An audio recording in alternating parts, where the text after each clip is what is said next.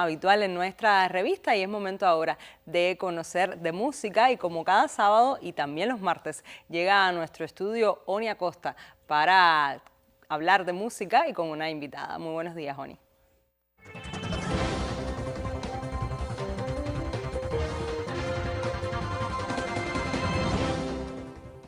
Sí, gracias Rachel, muy buenos días para ti, gracias por tu presentación. Un saludo, por supuesto, para ti, para José Luis, para todos nuestros colegas acá en el estudio, en la cabina, y para ustedes, amigos televidentes, muchas gracias por la sintonía y muy buenos días reiterados.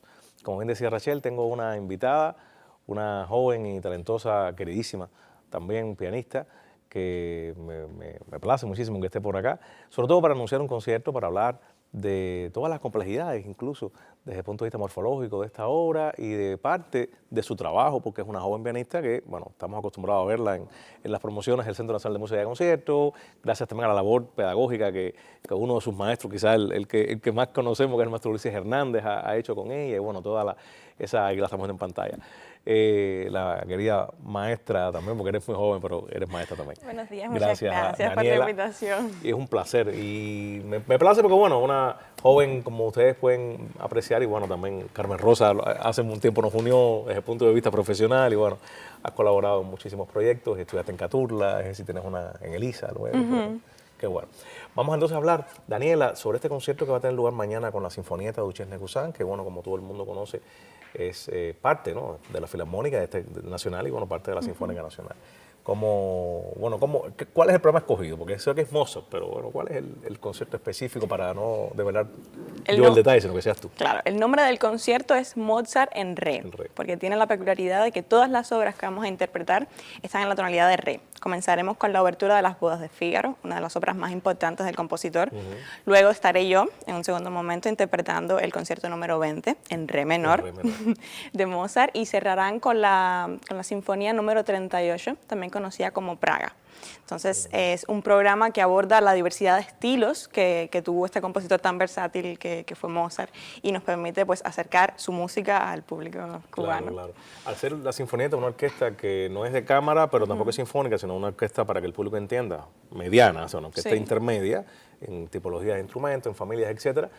Me imagino que sea más como más cercano a la época, o sea, al estilo y a la sonoridad de Mozart, o sea, al clasicismo. Claro, es importante tener en cuenta que en el clasicismo no teníamos la gran orquesta sinfónica que surge en el romanticismo del siglo XIX. Entonces, en ese momento, con un número más reducido de músicos, los compositores trabajaban con los recursos que tenían, y es el caso de Mozart. Por eso se escoge la Sinfonietta para hacer este concierto, para hacer una interpretación un poco más cercano al formato que teníamos, que tenían en aquella época. Teníamos las principales familias de instrumentos representadas, pero no tenemos un gran set de percusiones, no tenemos todos los instrumentos de viento, que tendremos posteriormente con otros compositores como Chopin, como Wagner, que sí ya tienen pues una orquesta más grande, con una sonoridad más llena y más amplia. Exacto. O sea, por tanto, este concierto también tiene, desde el punto de vista conceptual, a ti como pianista también te acerca mucho más a una época, te acerca más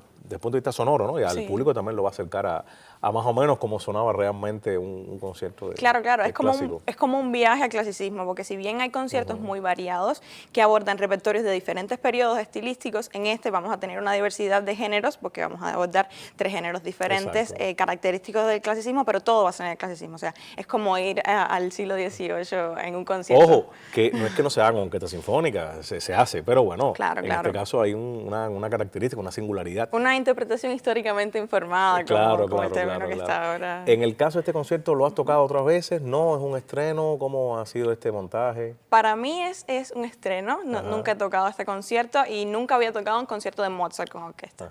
Entonces, doblemente el reto, ¿no?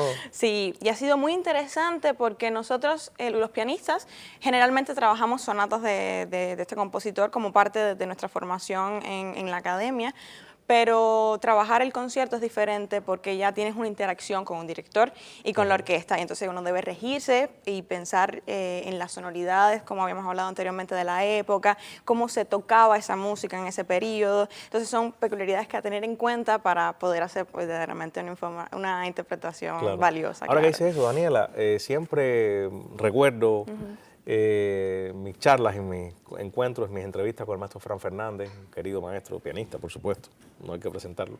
Pero bueno, Fran siempre hablaba y hacía mucha diferenciación entre estos formatos, entre la relación director-solista, entre el aspecto concertante, entre solista y orquesta, es decir, todos estos conceptos que por supuesto para ustedes también son importantes.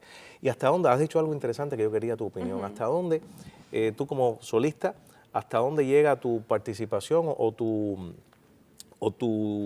interacción como pianista que quieres expresar en un momento determinado, un pasaje determinado, se lo expresas al director, el director convenia contigo también, porque bueno, él, como quiera que sea, es el hacedor de una sonoridad también con su orquesta, que en este caso será el maestro Igor Corcuera, director también de la Sinfónica. Quien se estrena como director titular de la Orquesta Sinfónica. Exactamente, eso será la semana que viene, y ahora con la Sinfonieta, pero bueno, una sorpresa, claro. ¿Hasta dónde entonces llega y cómo es el trabajo para que el público conozca? ¿Hasta dónde es ese trabajo entre director y solista? ¿Hasta dónde se conveniar en el sentido musical? Quiero decir, maestro, quiero hacer este pasaje así, porque bueno, como todo concierto tiene su momento de lucidez, de histrionismo personal, o sea, particular para un pianista o para un ejecutante. ¿Hasta dónde llegan esos avatares musicales? Yo pienso que es un trabajo de conjunto que tenemos que hacer ambos, porque si bien el solista es como, digamos, lo principal, no tenemos un concierto si no tenemos la presencia de la orquesta.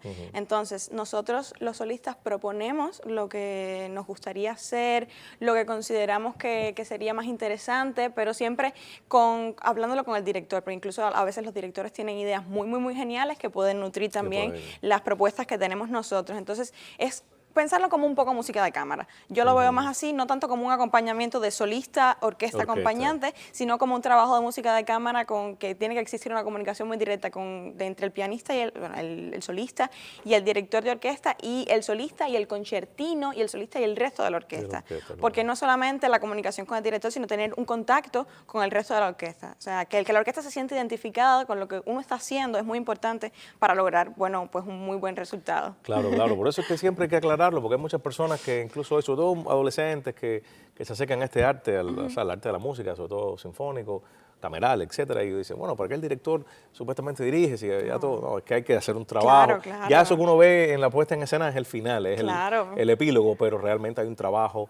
Ensayos previos de uno solo, luego conveniar con la esto sí, esto asado, espérate, no, exacto. aquí vamos a hacer, el director quiere hacer una cosa, tú quieres entonces hacer un poco más retardando en un lugar, o sea, de esas cosas que se pueden lograr también. Por eso es muy interesante hacer primero el trabajo de mesa, que se hace primero entre el solista y el director, para ver bien las peculiaridades que tiene pensado cada uno, y pues luego a la hora de estar con la orquesta ya tener un poco más claro lo que se quiere hacer. Bueno, entonces te despido. Gracias por tu presencia. Mañana entonces en la Sala Covarrubias, sede habitual de los conciertos dominicales de la Sinfónica, pero en este caso será la Sinfonieta Duchesne Guzmán, que toma el nombre, por supuesto, de ese gran director de orquesta durante más de 30 años en la Sinfónica, que bueno, antiguamente fue la Orquesta Nuestro Tiempo, el Conjunto Instrumental Nuestro Tiempo, que ahora toma ese nombre, que es la Orquesta de Cámara, por decirlo de alguna manera, de la Sinfónica Nacional, y con nuestra invitada acá como solista concertista. Muchas gracias por la invitación. Gracias a ti, invitación. Daniela. Éxitos, y bueno, mañana Mozart en Re. Mozart en Re a las 11 de la mañana en el Teatro Nacional de Cuba bajo la dirección del director Igor Corcuera. Y con Daniela Rivero Cernuda, aquí la estamos viendo como solista invitada. Gracias, maestra, gracias a ustedes, amigos televidentes, buenos días y hasta un próximo encuentro.